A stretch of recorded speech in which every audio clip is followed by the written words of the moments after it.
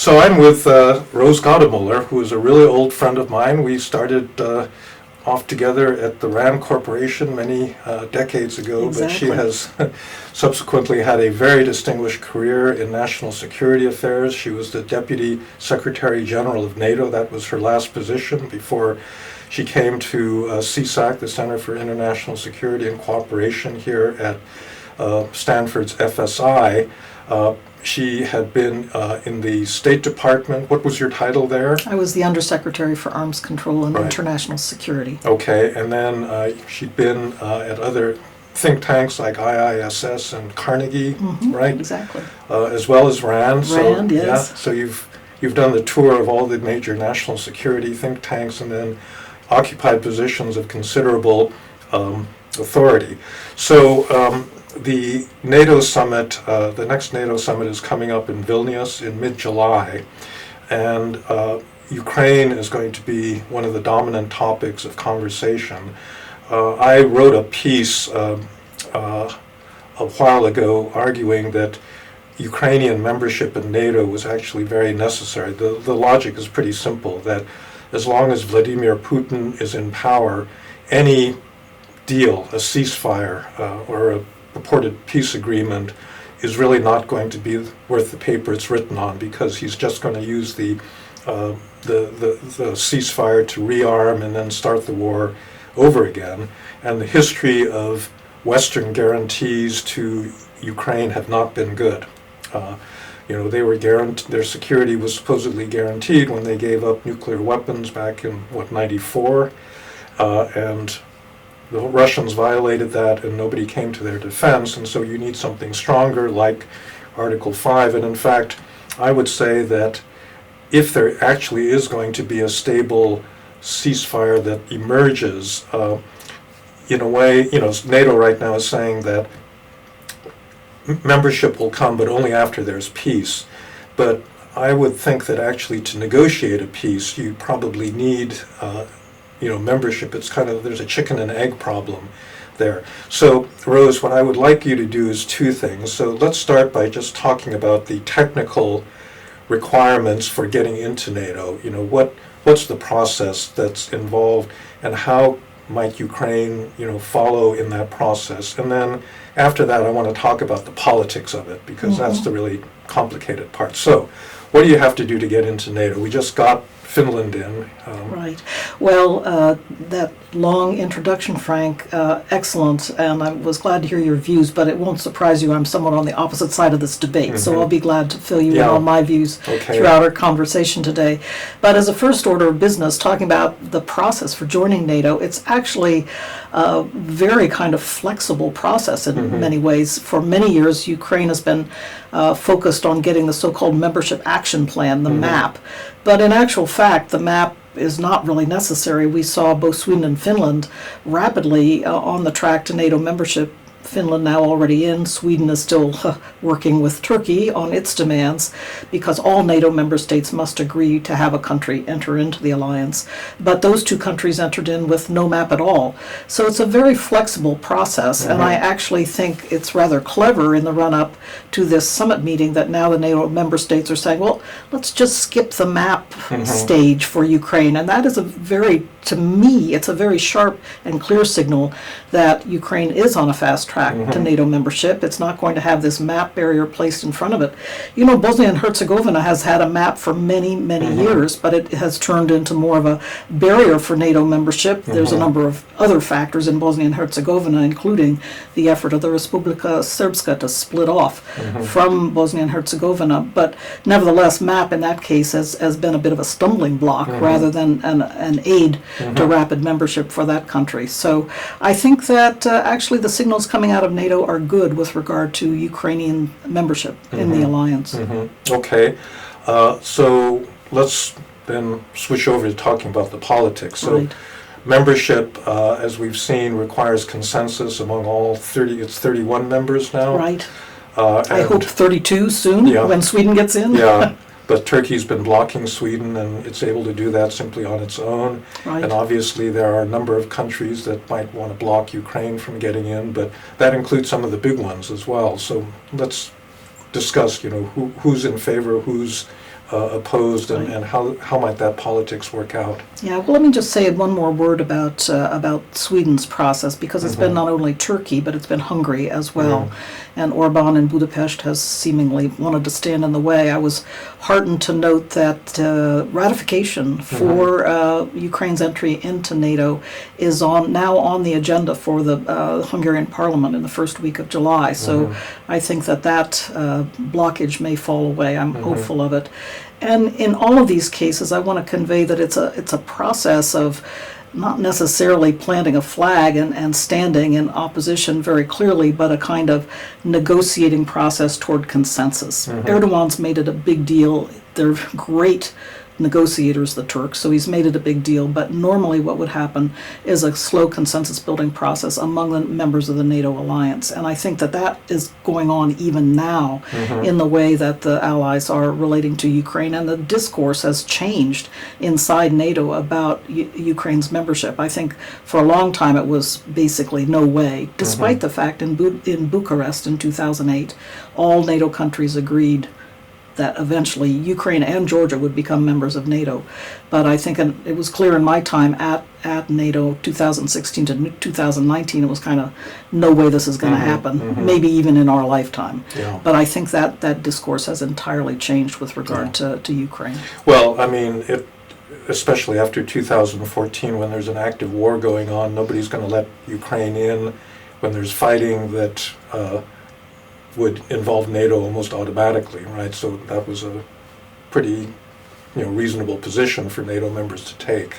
Well, I think it's still a reasonable position. President Biden took the position right from the outset of this egregious invasion in February 22 that there would be no NATO boots on the ground, and I think he took it out of a conviction that if NATO did put boots on the ground in Ukraine, we would be seeing the emergence of a general land war in Europe that could turn into World War III. So I actually thought Biden's decision was a wise one to put that out there at the beginning, but also to say our capability and capacity for military assistance is boundless, and we are going to continue to press forward in assisting Ukraine to carry out this fight.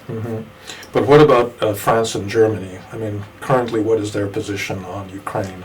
I've been very interested to hear President Macron. He's really been speaking out much more openly about Ukraine's membership of NATO, and so the French position may be under evolution at this point. The Germans tend to be the cautious actors inside NATO across the board, and I think partially that's because of their own history. It's partially because they themselves are under a lot of pressure to be good citizens in NATO. They haven't stepped up, for example, to the 2% of GDP that they are supposed to be spending on their own defense.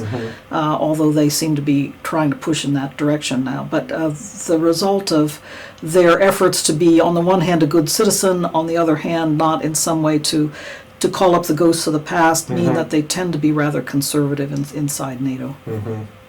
So maybe I need to explain my possible scenario, which I'm not predicting, but it does seem to me it's one path to actually winding down the war.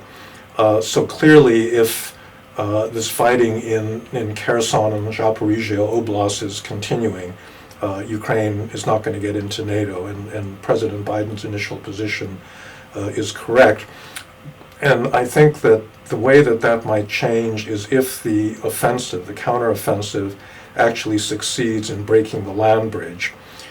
So far it's been very heavy going. Both sides have suffered a lot of casualties. There's a kind of natural advantage to the defense, which the Russians are enjoying. But, as I understand it, the Ukrainians still have not committed, the bulk of their forces, and a breakthrough is still possible. Now, if they do break the land bridge and basically isolate Crimea, that puts, the Strait Bridge, the Kerch Strait Bridge, under attack range of HIMARS and so forth. And then Crimea, in a way, becomes a hostage. I interviewed Ben Hodges on this podcast a while ago, and he thinks that they could actually take Crimea But it seems to me that Crimea actually may be more useful as a hostage rather than the Ukrainians occupying it. And that's the point at which it seems to me that an armistice becomes conceivable, because what you want the Russians to do is to agree to stop shooting missiles into Ukraine, stop shelling Kherson and other, nearby Ukrainian cities, and you want the Ukrainians. So, Ukraine will never, I think, formally cede sovereignty over Donbass and Crimea to Russia, but they could. And a lot of Ukrainian friends of mine have indicated that this is politically possible, that they may agree to cease any kind of offensive operations to try to take those regions if they had NATO membership, right? And so that means that there is under this, again, this is something that hasn't happened, but under this scenario, when Crimea really gets threatened by Ukraine, then both sides would actually have an incentive to stop. Yeah. And I don't think that you would actually need I don't think you could get a formal peace agreement, because, Ukraine is just never going to formally cede sovereignty over these territories. Absolutely. But, the Korean War ended with an armistice. There's no formal peace between North and South Korea, and that's a situation that's remained militarily stable ever since 1954. Right. And so that's the premise of my argument, that NATO membership may actually be a component of an actual peace deal, where the Russians now will, in fact, Henry Kissinger suggested something like this, that NATO membership might actually be good for Russia, because it means that they're not going to have to worry about Ukraine, attacking them further. And then the NATO membership simply becomes a defensive alliance if you can premise it on this fact that there is this ceasefire deal. Now, this is incredibly difficult to negotiate, but I don't know, what do you think? Well, NATO is a defensive alliance, so that aspect is certainly true, but I agree with your notion of having as the overall objective of the counteroffensive the severing of the land bridge, and that seems very much where the Ukrainians' heads are at, although I haven't heard directly from the General Staff in Kyiv. But nevertheless, I don't actually see the link to NATO membership, because I think that the objective would be achieved of creating this hostage situation in Crimea without NATO membership being part of it. I take your point about some kind of reassurance toward Moscow, but the flip side of that is, and this is what we hear articulated time and time and time again by the Russian leadership, that NATO membership is the absolute red line and that this would lead to escalation. So how do you account for those threats in the circumstances? I can see Kyiv and the Ukrainians driving to sever the land bridge and then suing for a ceasefire, a stable ceasefire. I agree absolutely that they should not give up on the principle of their territorial integrity and sovereignty. They can never give up on the notion that Crimea belongs to them, as well as the four provinces in the Donbass that Russia has now said belong to Russia. That's nonsense, of course. They don't even occupy a lot of that territory. But I do think that's where I'm not seeing the necessity of NATO membership at this early phase, and in fact I see danger instead. But I take your argument, I take Henry Kissinger's argument, I'm thinking about it a lot. I just don't see it at the moment because of the threat of escalation. I guess the thing that would motivate Russia to actually stand down at that point is actually the threat of losing Crimea. Precisely, but how's that linked to NATO membership? I don't understand. Well, so it depends on who's threatening who, but if it really looks like Ukraine, if they continue the war, is basically going to cut off the Black Sea Fleet, and Crimea will no longer be militarily tenable, and they'll lose all of their assets there, then the Russians are the ones that are going to want a ceasefire in order to prevent that from happening. And obviously swallowing NATO membership is going to be hard, but they may feel very weak at that point. I think it's a big bet to take, especially as we've all been thinking about the weekend, as the old story is about Putin, remember, in St. Petersburg as a boy cornering the rat in the dead-end alley, and in the end of the day he and the rat had to fight it out. I guess he won in the end and the rat did not, but, and I don't want to compare anybody to rats at this moment, but the notion of the dead-end alley and the desperate tyrant in Moscow is one that concerns me quite a bit.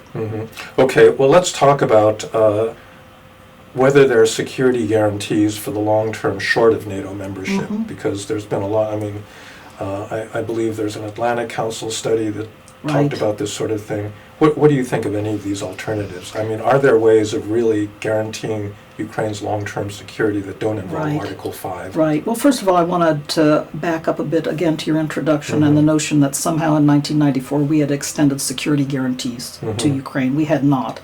The Budapest Memorandum and the trilateral statement that were part of this package were related to security assurances being extended, negative and positive nuclear security assurances being reiterated to Ukraine, but with the notion if they faced aggression that we would be willing to consult on this. I like to tell people that at the time, believe it or not, there was a cooperative relationship between Ukraine and Russia. It's hard to recognize now, but Russia acquiesced to the borders of Ukraine within the borders of the Soviet Socialist Republic of Ukraine. And we were all at that point negotiating in good faith. 30 years on, yes, it looks naive, but what the Budapest Memorandum gained for Ukraine was nearly 30 years of independence and sovereignty to build themselves up as the viable state that they are today. Yes, fighting for their lives, but very capable of fighting for their lives because of their long-standing relationship with NATO and the training and assistance that NATO already rendered to them after the invasion of Crimea. So I don't think that the Budapest Memorandum and the denuclearization of Ukraine were for naught. I think in the end they bought Ukraine that period of build-up into the kind of state it is today, capable of fighting for its life. Okay, so what else could Ukraine's Western friends do to guarantee it against a revived Russia in another 5-10 years? Right. Well, I do take note of what the Atlantic Council's been doing. I think there's a lot of good thinking out there. I think that the notion of some kind of people have variously talked about it as some kind of peacekeeping group that would be present in Ukraine, perhaps to include NATO members as well as other states, but they would be a kind of tripwire present in Ukraine if the Russians should reattack. Those kinds of ideas, to my mind, are more attractive than, at this moment, NATO membership for Ukraine. And there are also things that Ukraine has to do before it's ready for NATO membership. For example, up until this war began, the security services of Ukraine and Russia were deeply, deeply intertwined. And at NATO headquarters, this was a major concern for NATO. There are these kind of pragmatic issues deep in the structural questions that have to be answered by any country entering into NATO. And one is that their security clearances can be relied upon and that they will produce enough of a security environment to protect NATO classified information. I think this war has done a lot to basically disentangle the security services of Ukraine and Russia. I welcome that very, very much. But those are the kinds of issues that Ukraine will still have to, I think, work on and make clear to the NATO alliance before everybody's going to be ready to see them in. But I assume a lot of the other coordination issues, like, using the same kind of ammunition and same kind of equipment, that's all being taken care of as we... There's quite I would say, a smile going around NATO to this day to the effect that because of all the assistance they're getting, in some ways they are becoming more interoperable with NATO than many a NATO country who has still been dependent on Warsaw Pact equipment and ammunition and so forth. So that's an interesting idea. Short of a NATO guarantee, you would actually have some NATO members introduce forces into Ukraine, because I assume that you'd need something like that, with or without NATO membership. With other countries as well. It would not be under, as I understand it, it would not be under a NATO flag per se, but NATO countries could be involved in such a mission. You think the United States would ever be prepared for something like that? I don't know, but possibly if there were. I think the precondition is a stable ceasefire with Russia essentially ready to work on solutions rather than where they are today. And both sides, as you know, are very far apart in terms of their stated strategic goals. And if Russia is going to give up on the notion of denazification and basically destruction of the Ukrainian armed forces and ready to see Ukraine move forward as a viable independent state, then I think we could foresee that kind of NATO plus peacekeeping role in Ukraine. But that does really require a big change in the current military situation for Russia to get to the point where it would agree to anything like that. To my mind, the key, if there's going to be any near-term movement in that direction, is cutting of the land bridge between the Donbass and Crimea. Let's talk about some less pleasant scenarios where they don't cut the land bridge, they basically bog down, and the war does turn into this long stalemated situation. A little bit like what was going on in Donbass between 2014 and 2022. What does NATO do in that case? I think NATO has said time and again it's in it for the long haul. The main question in my mind now is, can NATO's defense industries keep up with that kind of lengthy war of attrition? And then, of course, the question that everyone is asking, can the NATO political will keep up with that kind of war of attrition? I do believe that at the moment NATO's in a very good place, and the coherence of the alliance is very strong given the Russian bold aggression that's taken place, and so it's been a clear signal to NATO that it must be prepared for its own defense in Europe in a way that was not the case before Russia started down this path. So I think that NATO is now coherent in terms of its commitment to its own mission space, and I think it's coherent at the moment with regard to support for Ukraine. But so much depends, again, on politics across the alliance, and if a different president on the other side of the aisle is elected in 2024, I think... Yeah, just hypothetically, different president. Exactly, could be very much elected, and I'm not saying it's necessarily going to be Donald Trump, but there could be, I think, a real soul-searching in the United States about continuing to support NATO in this way.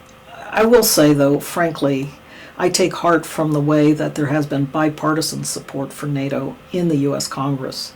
And I saw that at first hand in 2019 when it was the 70th anniversary of the NATO alliance and Jens Stoltenberg spoke to a joint session of Congress. I was sitting up on the balcony and I couldn't believe it because people were leaping to their feet from both sides of the aisle, and I hadn't seen that for a long time.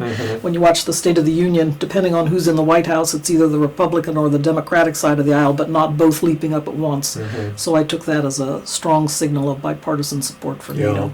And it would be pretty problematic for the Republican Party if Donald Trump, as candidate, then became president and then tried to withdraw from NATO. Absolutely, and I think it's for that reason. I think he would end up with a lot of pressure coming at him from his own party. So maybe one last issue to explore. One of the conservative critiques of U.S. aid to Ukraine is that this is depleting all of our ammunition stocks and missiles, and the real fight is with China. Now, my view of this is that, in a way, Ukraine was a useful warning about our industrial base. I mean, if you remember, Rand had a big industrial base program, research program in the Cold War, and that was all pretty much shut down because nobody ever thought that we'd need all these artillery shells and rockets and so forth. And it seems to me that the effect of the Ukraine war has been to actually ramp up production and put a lot of pressure on the United States and its NATO allies to actually get ready for a big conventional war. Are the other NATO allies doing this? Absolutely, and I agree with you. I think it's a very good thing. It's not only the industrial base, but it's also policies and procedures like acquisitions. One of the big problems has been that the defense industries haven't modernized their industrial production capacity because they weren't getting big contracts. They had no predictability. They were getting short-term contracts here and there, and it was not driving modernization on their side. So now, and quite rightly, they're saying, okay, give us an acquisition signal, and we will proceed with upgrading our manufacturing lines and everything that needs to be done. So I do think that as foul and horrid as this war is in Ukraine, it has given us that very wake-up call you talked about to get the industrial base ready for large-scale production and to be ready in case we do have to fight a longer and bigger war in Europe. In Europe or in Asia. Yeah. So maybe we can conclude just on this question of escalation. So recently, the Russians have now started to send out these little hints. Sergei Karaganov, who's been with us for quite a while, suggested not just tactical weapons in Ukraine, but maybe we should take out a few European cities or hit the United States, and that would teach them a lesson. How seriously do you take any of this? Well, I take it seriously because of the caliber of the experts, not only Sergei Karaganov, but Dmitry Trenin, who is someone... Who is the head of the Carnegie Moscow office. He was my deputy at the Carnegie Moscow Center, Mm-hmm. and I've known and respected his work for many years, but he and Karaganov have gone off on this notion that unless the United States and NATO allies are really actually hit with nuclear weapons, they're not going to take Russian security concerns seriously. I think it's nonsense, the notion that nuclear Armageddon can be a good way to have a wake-up call for Washington and the other NATO capitals. It's basically, they seem to have departed from their senses in my point of view, but I take heart from the fact that others have stepped forward in Moscow, Alexei Arbatov, Fyodor Voitilovsky from the Institute of World Economy and International Relations. There's quite a vigorous debate going on with people saying outright that nuclear Armageddon is never a good policy choice.